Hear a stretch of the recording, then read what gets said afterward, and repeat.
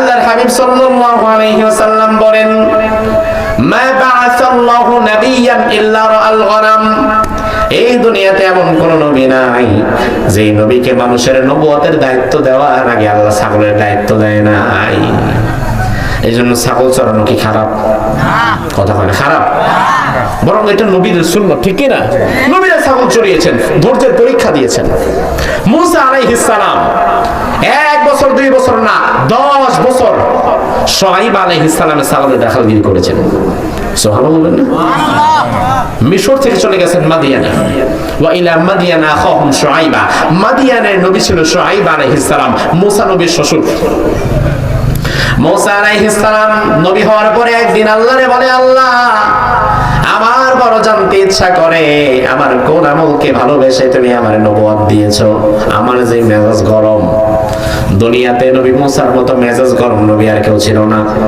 আল্লাহ রাব্বুল আলামিন বলে, মুসা শুনে নাও, নবুয়ত দেওয়ার আগে তোমারে আমি শুআয়ব আলাইহিস সালামের কাছে 10 বছর রেখেছিলাম ট্রেনিং দেওয়ার জন্য। তার মানে নবীদের জন্য ছাগল চড়ানোটা ছিল একটা ট্রেনিং, ধৈর্যের ট্রেনিং। তার কারণ পরবর্তীতে এমন এক জাতির দায়িত্ব আপনারে পালন করা লাগবে যাদের চরিত্র ছাগলের চাইতেও বেশি খারাপ, ঠিক কি না? তারা কারা? আমরা। মুসা আলাইহিস সালাম আল্লাহরে বলে, আল্লাহ আমার কোন আমলকে ভালোবেসে তুমি আমারে নবী বানিয়েছো? আল্লাহ বলে, মুসা মনে করে দেখো, তুমি যখন ছাগল চড়াতা শুআয়ব নবীর একবার এমন একটা ঘটনা ঘটলো, শুআয়ব নবীর হাজার হাজার ছাগল তুমি দেখাশোনা করতেছো। সন্ধ্যার দিকে ছাগলগুলা নিয়ে যখন তুমি আসবা, আসার সময় তুমি দেখতে পেলে একটা ছাগল হঠাৎ করে তার পাল থেকে বিচ্যুত হয়ে বাম দিকে দৌড় দিছে। তুমি ছাগলের পেছনে পেছনে দৌড়াচ্ছ, ছাগল দৌড়ায়, মুসাও দৌড়ায়। ছাগল দৌড়াতে দৌড়াতে ছাগল তো লাফায় লাফায় দৌড়ায়, নবী মুসার কষ্ট হয়ে যাচ্ছে। অনেকটা সময় দৌড়ে দৌড়ে যখন ছাগলটাকে নবী মুসা ধরেছে, তখন ঘাম ঝরে গেছে নবী মুসার। মুসা আলাইহিস সালাম এত রাগান্বিত হয়ে গেলেন, ছাগলটারে ধরার সাথে সাথে মাথার উপর উঠায় ফেলছে। এক আছাড় দিয়ে দিমু, তোর আজকে দৌড়ানি বের করবো।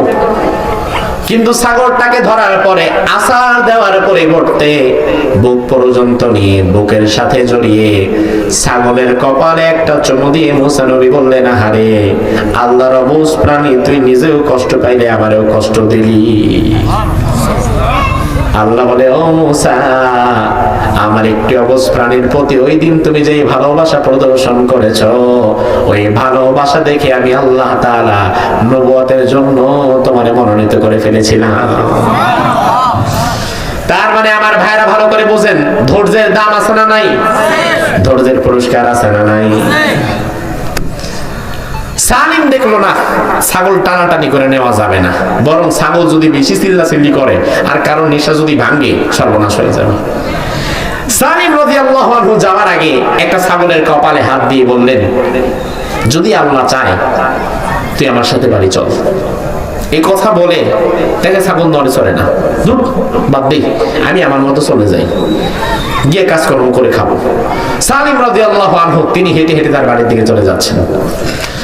বেলালের আযান তখনও মসজিদে নববীতে হয় নাই। বেলাল মাত্র আযানটা দিবে, আল্লাহু আকবার বলবে, ঠিক তার কিছু সময় পড়বে সালিম রাদিয়াল্লাহু আনহু বাড়িতে গিয়ে দরজার মধ্যে কড়া নাড়লেন।